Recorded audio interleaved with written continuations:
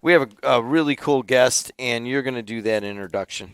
Outstanding. So we are here with Tatenda Rukunda today, and Tatenda, I met you about a year ago, if I remember correctly. Yeah. Right? Yep. And so I've been watching Tatenda for the last year and what he's been doing, and today we're going to kind of talk about your journey and how it relates to marketing and business and all of those types of things. But we're going to share a lot of stories today, and Tatenda does.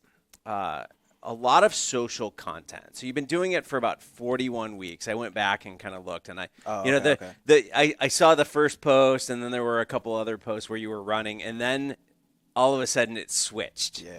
So Tatenda has a story to tell, and I think a lot of us can relate to this, and I can relate to this, and which is why you and I have gotten really close over the last year. And what we're calling this podcast today is what sobriety has taught me about starting a business, right?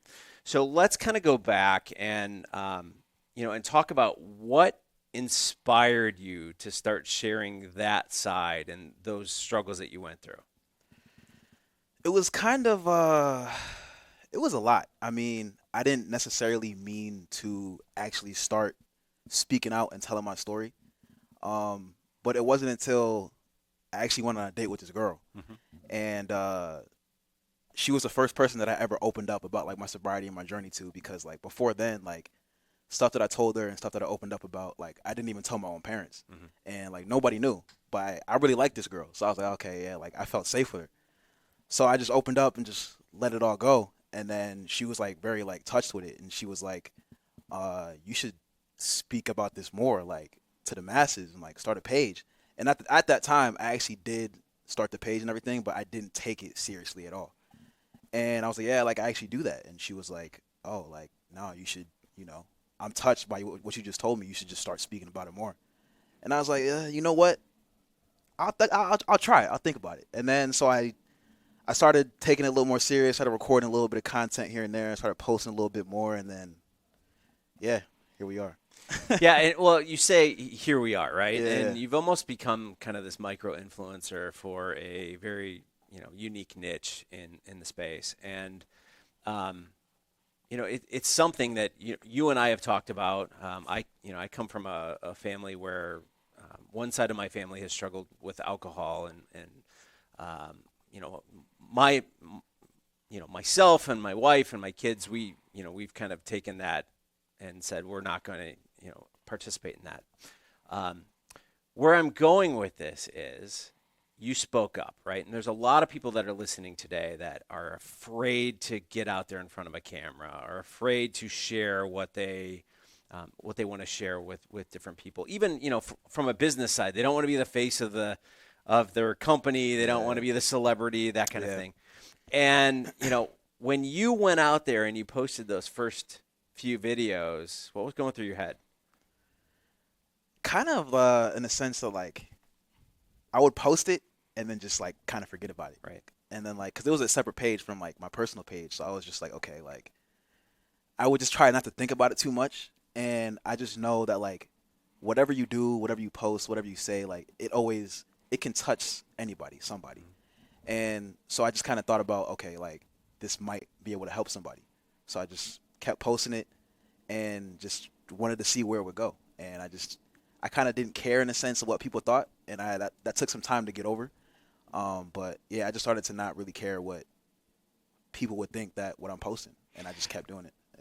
Matt's going to want to know all about your strategy and your page and all that stuff, and I'm going to want to know the more human side of this. Okay. Have you been sober all along, or is this something that you came to, or sobriety? Tell us that part of it. I officially got sober in January of 2023, and before then, it was just a lot of binge drinking, and I almost lost my life because of it. And so it got to a point where I either had to stop drinking or keep drinking, and eventually I wouldn't be here. Were there drugs involved too?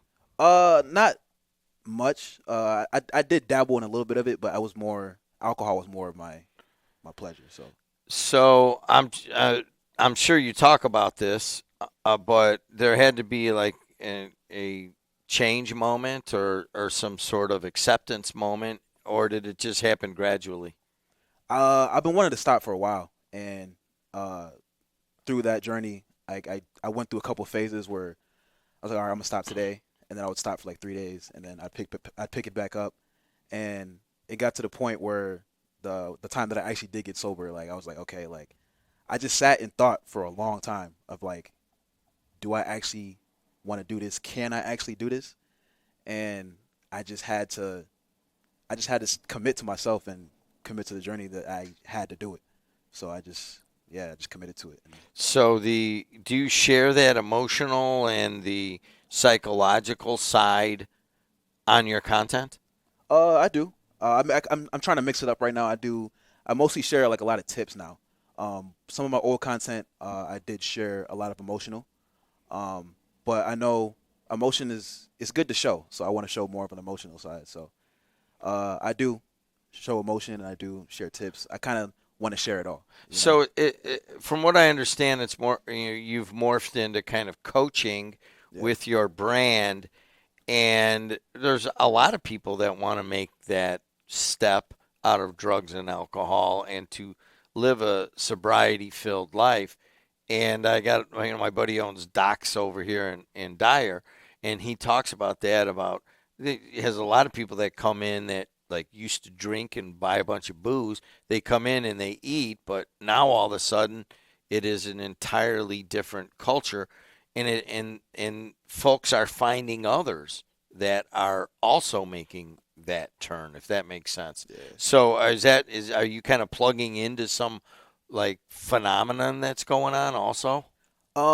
Actually, today I finally announced that I'm doing sobriety life coaching. So it is now live, and I'm taking sessions as of today and moving forward. So yeah, so I have morphed into sobriety life coaching business, I guess you would say. It didn't start that way. It just seemed to go that way. So yeah. Wow. So perfect timing, right? And it's a good thing Yeah. that we're live today. So Right. you want to tell people where they can find that? Unhingedsanity.com. Yeah. unhingedsanity.com. I think she's going to put that up there right now. unhingedsanity.com. Is that your main website or is that this brand new one? That's the main website. Yes. Okay. So that's where you post all your content? Primarily the content is on Instagram, and I also post on TikTok as well. All right, what is it's Unhinged Sanity on Instagram also? Yep, unhinged sanity underscore on Instagram. Unhinged Sanity underscore on Instagram. She's looking for it right now. She's Okay. going to post it on Okay, up cool, there. cool. So I know you've gone through and you've posted all of these videos. You've been, like I said, 41 weeks of content. You can see the journey as you're going through that. And I think a lot of the people that we bring on here, that we want to bring on here, is we want to see the journey from point A to point B. As you went through this, did you have a plan or did you just start posting? No, I did not have a plan. I mean, I kind of thought of a plan, but Right. I didn't really sit down and say, all right, I'm gonna do this, I'm gonna do that. I just kind of like just did it, you know? And then as the more I went on, I was like, okay, yeah, I need to actually come up with a schedule of like, I'm gonna post this amount of times a week. I need to shoot this type of content. And yeah, so I kind of just started with no plan, and you have to build a plan eventually to, to grow. So Right. Yeah. So you're basically busting all the theories out there that you have to have this social calendar, and you yeah. just winged it, right? And I think the beauty of it is it's authentic, right? So if you go through and you kind of watch the videos, you really understand it's you. There's no, we talk about influencers all the time, and I would consider you a micro influencer to a core group that are all looking for advice and inspiration. And you can see that through the comments and the amount of people that are liking and all these different things. But I think it's interesting how authentic it is because it's just you. You can see I was here, I'm now over here now, and everyone they're rallying behind you. So you've built kind of this crowd that listens to you, and they have conversations with you and all of that. And I think coaching, I know we had talked a couple a couple weeks back about Yeah. what's the next step, right? And Yeah. and we were sharing. There's actually a post out there right now, and I'm going to read it, the one that I sent you Oh, the other day, and it okay. says, this is going around on social right now. It says, if you were the main character of a movie in your life, what would the audience be screaming at you to do? What is it, and what needs to change? And that was kind of the conversation that we had a couple weeks ago, because I knew you were kind of in an area where you're going, what's next? Yeah. And you said, I've got ideas, and I'm like, just let me know when you're ready. So I think it's really interesting that you went this direction. You walked in the other day, and we had conversations about it, and I was, biggest cheerleader. I'm go, right? When it comes to your community, is there certain content that they're looking for? Is it are they looking for advice? Are they just looking for a role model? What is it? What is some of the content that resonates better than others? I think it's kind of a mix of everything. I think a lot of the content I'm starting to notice now that people are engaging with more are stuff that they can relate to, because I'm starting to get a lot more followers that are already 3-6 months into their journey. And the content that I post is like, for example, if I say, oh, things that you notice on the sobriety journey is you start to lose friends. And then people are like, oh, that's true. Like, I'm 6 months sober and I lost a couple friends too. And I was like, okay. So I noticed that like that type of relatable content is what is engaging the most. But the tips as well, because I do have some followers and I do have people in the community that like hearing the tips that actually they want to incorporate in their life as well. So I think it's a mix of both, and I try to keep both and everything in the mix. So Adriana, can you play one of those videos you were just showing there on with the? Let's see. Here it is. Let's hear this one. And this is just you talking about it. How about right here? Let's do this one. The truth, not only about yourself, but about the people around you. Because when you choose to get sober, you're choosing to accept all the ugly parts about you, all your flaws, all your mistakes, everything you've done in the past. You're forced to look into the mirror and see yourself for who you really are. You're forced to want to get better. You're forced to accept change. And while the people around you, it shows people's true colors and the people that are willing to stick by your side through the dark times, through the hard times, through your worst times. It shows you who's willing to stick around and it shows you who's not. Because your so-called friends has no one to kick it with, to drink with, to party with, to be miserable with. Because at the end of the day, it shows you that misery truly does love company. All right, So let's always stop it remember right there. that sobriety So shows you're you the talking truth not only about about that right yourself. there, and you're in a field, You and, are and some you've been able to set up decent sound there. I mean, we could ask how you actually did that and all that. Could hear a little bit of the wind, but you're getting to a kind of a highly emotional moment there.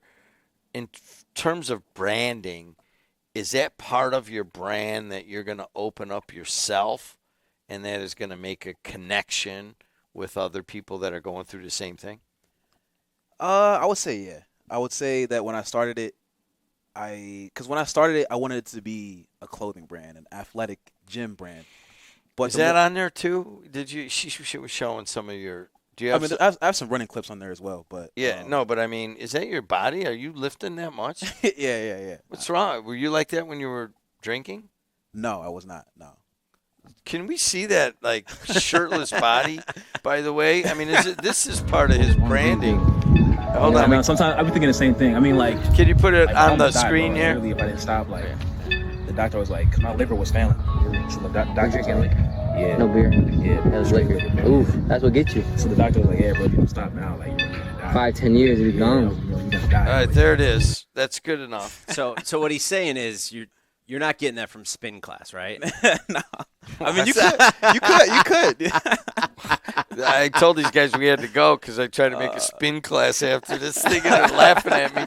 But so there is the property of Unhinged Sanity, and that is some of your athletic apparel right there. You selling any? Yeah, it's available today. I just released and made everything live today. So All right, so there it is. So that you could actually go there and buy that. Yep. So I'm curious. I know that Matt's, excited about the movement and what you're doing, and I'm just curious about the strategy. I mean, is there one? Is there a branding strategy? Where do you see yourself fitting in on the because there's a lot of sobriety podcasts. Oh yeah, yeah. Yeah, there's a lot. After you said that, I went and looked. What's going to bring people and make you different? I think what makes me different, or what would make me different, is just myself. I mean, people like who they're attracted to, or who they want to be like, or who they see their life, who they want their life to look like. And I think that what would make me different is just myself, and then just the people that like my content, that like me, that want to be like me, or have a life better than me. I think that's what would make me different. I mean, there's nothing. I mean, I'm sure there's ways that I could make it different and get people on the brand and the community, but I think it's just me, to be honest. I think it's the authenticity, right? Yeah. So we go back to the videos. You're sitting at what appears to be at the dunes, right? Something Yeah. by Lake Michigan. I joked as I walked in today, I saw the Buick, your studio out there that you shoot a lot of your videos in, right? Yeah. So it's the authenticity. It's the Yeah. fact that if you go through all of those videos, we really do get to know who you are. And you don't have a studio, you don't have big budgets, you don't have all of this stuff. It is the authenticity that is coming through. I'm shooting it in my car. I mean, I would say what, 60-70% of the videos are Oh, shot yeah. from your car. Yeah. The rest are, at the dunes or somewhere where you're out working out. But I think that is the brand, because, you mentioned sobriety podcasts, and there are a bunch of them out there, and a lot of them I guarantee are completely polished and big budgets and all this other stuff. And really, I think you understand your core audience. Your core audience is looking for the authenticity, somebody that they can connect with. And if it's a big, huge brand and I don't have the ability to talk with you, or to even get a response from you when I put a comment or something out there, like I notice how you're responding to these people and saying, keep doing this and all, like, that is so much more valuable than going and buying a huge, expensive camera and getting a studio and all this Oh, other yeah, stuff, yeah. right? So I think people are buying into that, and I think that is an angle that don't ever lose that, no matter where this coaching goes. And I know we've had multiple conversations about all of that, but I think you found a pain point that somebody's struggling with. You are the solution, because you're the one that's there to provide that value back to them, to provide insights. I've got another buddy of mine that kind of runs an AA group, and it's, I've met some wonderful people that I've done work with.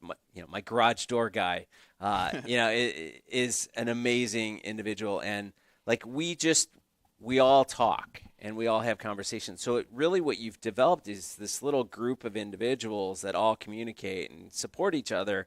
And that's what people are looking for. It's not, let me sell you a book or something like that. And we had those conversations a couple weeks ago, like, what's that next step? And I was really excited to hear that it went to coaching. So,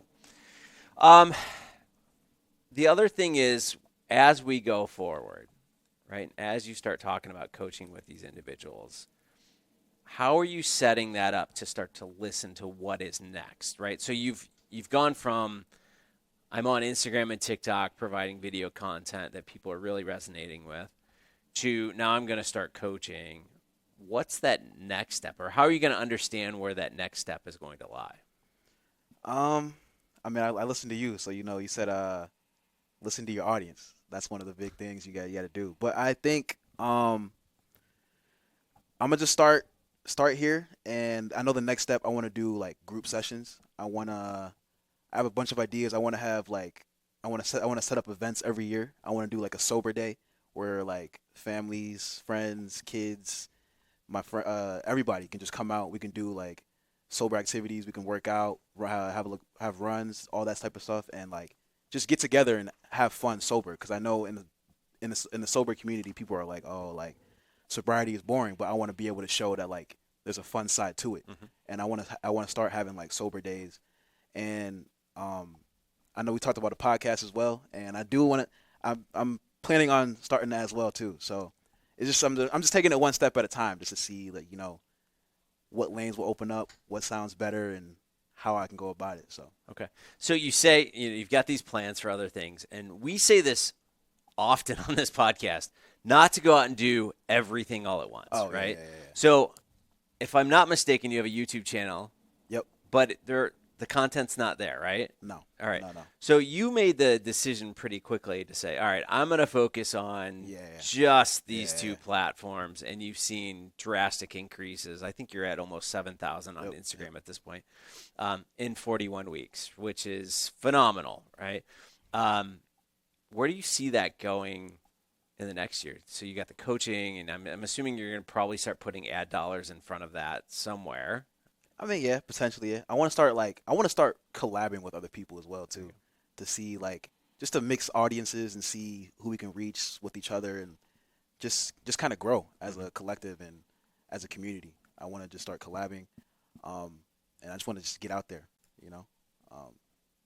Yeah, I think that the collaboration is key, Yeah. right? So we talk about that a lot, and I think pretty much every podcast we're talking about partnering and kind of figuring out who to go with. But as you move forward, I'm rooting you on. I think you're doing some phenomenal things. But I think kind of to summarize where you've been, you found a pain point. We talk about pain points often on this podcast. You found a pain point that people are struggling with, and you're solving it for them, right? So you're providing that ear, that voice that they're looking for. Can I? Yep. What would you define as the pain point? Just something or someone that's raw. People that don't like to put a lot of filter on things, and that's one thing that I like doing as well, because I've seen a lot of content, and I've watched a lot of people that put a lot of edits and filters on things, and I don't like that. I like being just straight up, straight to the point, and just keeping it real. And I think that's what the authenticity Matt's talking about, and I think that is the pain point for me. So I guess what I kind of see as your pain point in this brief thing is, you probably don't even know this. I used to be a counselor on addictions out here in Maryville. Okay. And one of the things that I was always impressed upon is that, a lot of people try to make the shift out of alcohol or heroin or whatever it might be. And the pain point isn't as much as I would see actually doing it is like, how do you feel your life after that? Yeah. To me, that is what I see as the pain point. Now, am I seeing that? I mean, am I seeing that clearly? I would say so, yeah.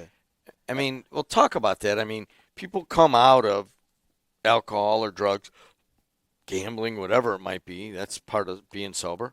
And then all of a sudden they got, their old friends aren't there. Their old ways, what do you do at nighttime? All of that kind of stuff. That's the part you're trying to fill, right? Yeah. I would say that it's a slow game. I would say sobriety is a slow game, and the more that you keep doing it, because you're not going to see changes overnight. It's just the more that you keep going, and the more that you want to further the journey. I think that turnaround point too, it's scary. It's scary to think about, and it's scary to see where you think you're going to go. And it's scary to think about, but it's also good, because once you cut out all the bad habits and drinking and the drugs, I think only positives will happen. Because once you fill in your life with alcohol or drugs or anything negative,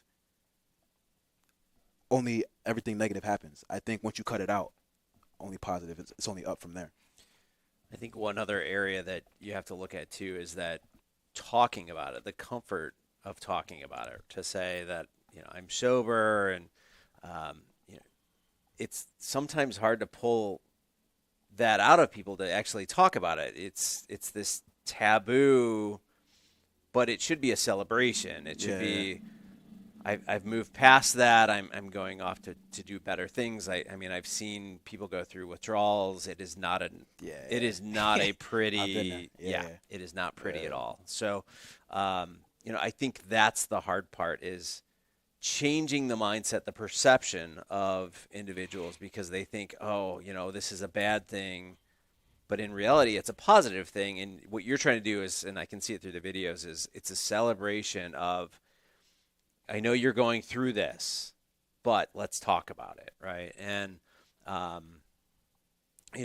people just they think it's taboo, and like again, I've seen it in friends and family and everything else, and it really is. It's a difficult conversation, but I think you've given the voice, and that's where you found an itch, and it's just a natural fit, right?